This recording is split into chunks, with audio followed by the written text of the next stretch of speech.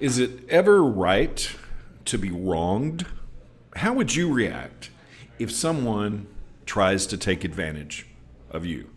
Well, Jesus said, go the extra mile. Good morning and welcome to 755 Live. For about 5 minutes, you'll hear all about easy to remember soundbite versions of what Jesus said. And the point is to help you experience life to the fullest the Jesus way.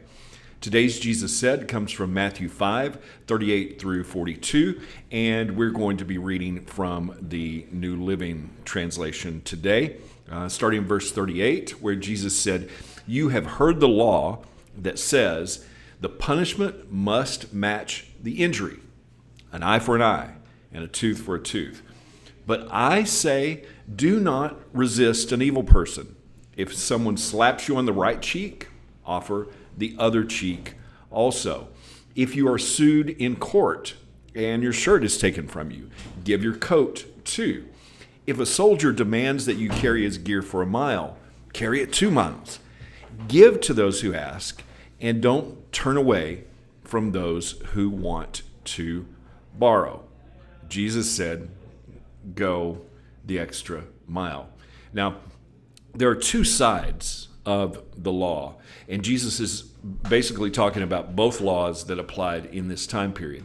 The Old Testament law, which was for the religious system, the judges, it had an eye for an eye and a tooth for a tooth as a principle when doling out punishment. And throughout Matthew 5, Jesus is comparing the letter to the spirit of that law, meaning that just following the rules was irrelevant if the heart wasn't right. In Matthew 5:17, Jesus said, "Do not think that I have come to abolish the law or the prophets. I have not come to abolish these things, but to fulfill them." In the Greek, that word fulfill means to fill up completely, to overwhelm. So Jesus didn't come to do away with or abolish the rules, but he came to fill them up completely, because you can follow all of the rules and still have a wrong heart. And Jesus got to the heart of the matter. Now, not only did he fill up religious law, there was another law too at this time, man's law. And the extra mile that Jesus talks about is for both of these laws, and it's on the high road, higher than absolute right or wrong. Jesus is filling up even this wrong action that he talks about, that was the civil law at the time. Now, we don't really understand turning the other cheek in our culture because it's not like we walk down the street and someone has the right or privilege just to hit us. But a Roman soldier at this time had law on his side, and he could slap a Jew, any Jew, with no consequence unless they died. And Jesus is not really talking about being passive here, because he specifically says if they strike you on your right cheek. Now, understanding right hand and left hand and how you hit someone, turning the right cheek, or when someone slaps the right cheek, it would be a backhanded slap. And Jesus was saying, hey, turn this around. Go the second mile, but offer them the one that you would have to hit with a full hand. The law also said that a soldier's gear could be given to a Jew to carry for a mile without any questions. And Jesus says, go the extra mile, turn the other cheek.